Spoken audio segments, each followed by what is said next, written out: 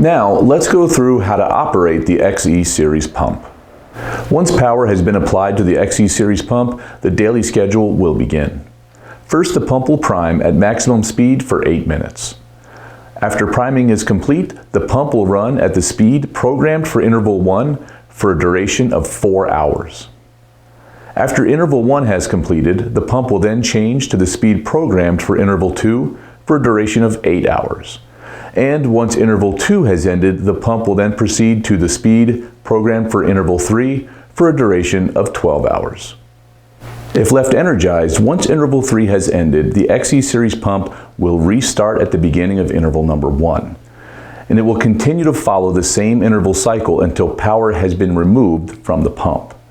Anytime power is removed and then reapplied to the XE series pump, the interval cycle will start from the beginning of interval number 1.